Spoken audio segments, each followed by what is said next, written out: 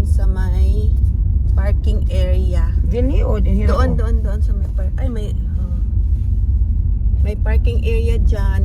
Dyan. May parking Diri area. o dito Dito pikas? pa, doon pa. Doon tayo sa malapit na sa lake kasi ayan yung lake, may bukid pa.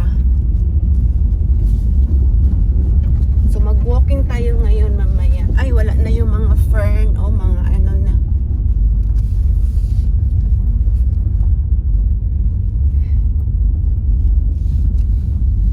Maraming fern dito sa daan.